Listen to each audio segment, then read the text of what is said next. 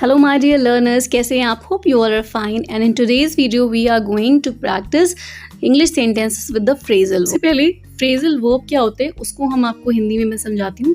देखिए, जैसे verb होती है क्रिया, वैसे ही phrasal verb ऐसी क्रियाएं होती हैं जो क्रिया में adjective यानी कि विशेषण या फिर प्रीपोजिशन लगा के बनाई जाती हैं और इसका जो वास्तविक अर्थ है, जो इसके अर्थ होते हैं वो इसके वास्तविक अर्थ से अलग हो जाते हैं, ठीक है, बदल जाते हैं. जैसे कि मान लीजिए मैंने वर्ड लिया अलाइव. अलाइव मतलब होता है जिंदा, है ना, ये एक क्रिया है नॉर्मल. लेकिन जब हम इसमें टू यानी प्रीपोजिशन लगा के एक फ्रेजल वर्ब बनाते हैं अलाइव टू, तो उसका अर्थ बदलकर हो जाता है जागरूक. क्या हो जाता है? जागरूक. तो यहाँ पे वैसे अलाइव का मतलब जिंदा था, लेकिन अलाइव के साथ टू लगने के बाद फ्रेजल वर्ब होने के बाद उसका मतलब हो गया जागरूक. तो इनका अर्थ बदल गया. फॉर एग्जाम्पल, हमें अपने कर्तव्य के प्रति जागरूक रहना चाहिए. We should be alive to our duties. We should be alive to our duties. Let's start today's video. Live through. Live through. वैसे तो लिव मतलब क्या होता है? रहना, है ना, रहना. लेकिन लिव थ्रू का मतलब होता है अनुभव करना या फिर कोई ऐसी चीज़ जो आपको प्रिय नहीं है लेकिन फिर भी उसको झेलना, उसको अनुभव करना. उसके लिए हम लोग लिव थ्रू का वर्ड का यूज़ करते हैं. इसका इंग्लिश में मीनिंग होता है टू सर्वाइव इन डिफ़िकल्टी, यानी कठिनाई से उस चीज़ को अनुभूति करना, उसमें रहना. जैसे कि मैंने कहा, आजकल मेरा परिवार कंगाली की स्थिति में जी रहा है, तो हम इसे इंग्लिश में कहेंगे now a days my family is living through insolvency. Living through insolvency. अब देखिए यहाँ पे क्या है, उस परिवार को कंगाली में रहने की आदत नहीं है लेकिन फिर भी वो रह रहे हैं, उन्हें रहना पड़ रहा है. तो यहाँ पे उनका अनुभव कैसा है कि वो उस चीज़ को अनुभव कर रहे हैं जो उनको पसंद नहीं है ना, जैसे कंगाली. यहाँ पे जो इंसॉल्वेंसी वर्ड आया है इसका मतलब होता है कंगाली, दिवाला या फिर दिवालियापन. फॉर एग्जाम्पल, अब मैं एक इंसॉल्वेंसी से वर्ड आपको सेंटेंस बना के बताती हूँ. जैसे मैंने कहा कि ABC बैंक दिवालियापन में चला गया. The ABC bank went into insolvency. The ABC bank went into insolvency. The next phrasal verb is live off.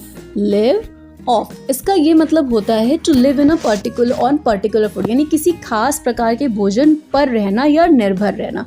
जैसे कि मैंने कहा कि कुछ भिक्षु केवल फलों और सब्जियों पर जीते हैं, तो इंग्लिश में कहेंगे हम इसे some monks live off fruits and vegetables. Some monks यानी कि कुछ भिक्षु, लिव ऑफ यानी कि निर्भर रहते हैं या जीते हैं, फ्रूट्स एंड वेजिटेबल्स ओनली यानी कि सिर्फ फ्रूट्स और वेजिटेबल्स, फल और सब्जियों पर.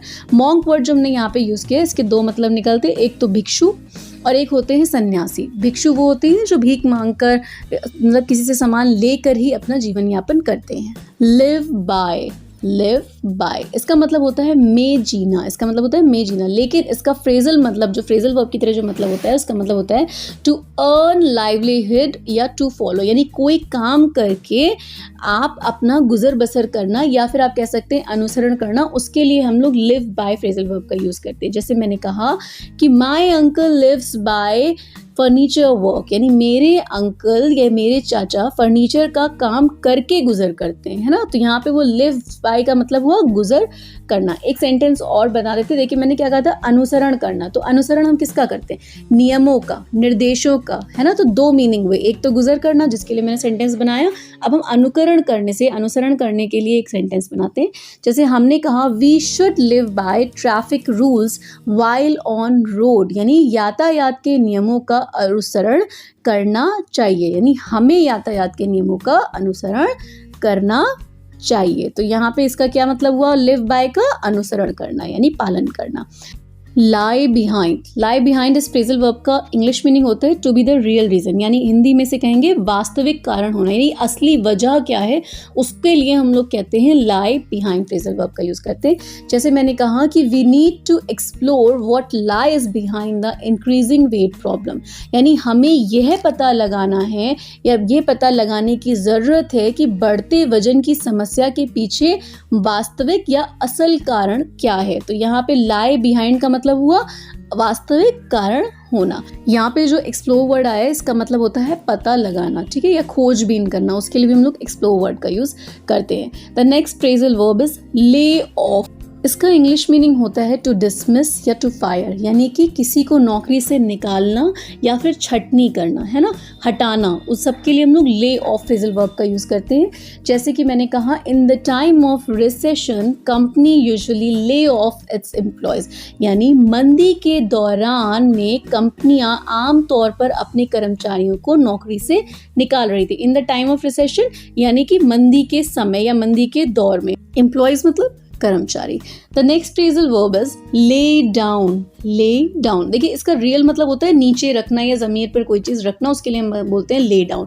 लेकिन जब phrasal verb as a phrasal verb इसको यूज़ करते हैं तो इसका ये मतलब होता है टू गिव अप आर्म्स, यानी हथियार डाल देना या किसी पद का त्याग कर देना, उसके लिए हम ले डाउन फ्रेजल वर्ब का यूज़ करते हैं। फॉर एग्जाम्पल, हालांकि युद्ध में सैनिकों ने कड़ा संघर्ष किया लेकिन अंत में वह हार मान गए, या आप कह सकते हैं उन्होंने अपने हथियार डाल दिए या उन्हें हथियार डालना पड़ा। तो इंग्लिश में हम कहेंगे दो सोल्जर्स स्ट्रगल हार्ड, यानी कि हालांकि सैनिकों ने बहुत ज़्यादा संघर्ष किया इन द बैटल, युद्ध में, बट इन एंड यानी अंत में, पर फिर भी अंत में they had to lay down, यानी उन्हें अपने हथियार डालने पड़े।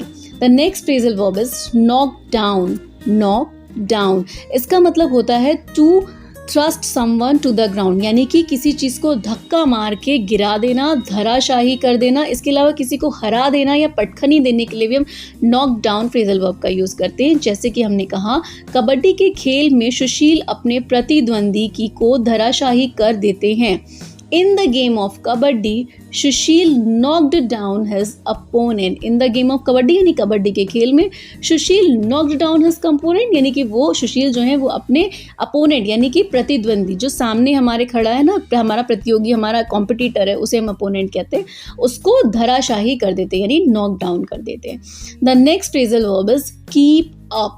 कीप अप, वैसे तो कीप अप का मतलब क्या होता है, रखना। क्या होता है, रखना। लेकिन जब हम एज अ फ्रेजल वर्ब का मतलब यूज़ करते हैं, कीप मतलब रखना होता है, लेकिन फ्रेजल वर्ब में इसका मतलब होता है to maintain in good condition, यानी अच्छी स्थिति में रखना, या फिर किसी कार्य को जारी रखना, क्योंकि वो अच्छा जा रहा है इसलिए जारी रखना।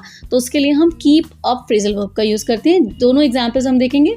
जैसे कि हमने कहा कि समीर को अपनी बाइक बहुत पसंद है, इसलिए वह उसे या इसे अच्छी स्थिति में रखता है। Sameer loves his bike, so he keeps it up. So he keeps it up, यानी कि उसे अच्छी स्थिति में रखता है।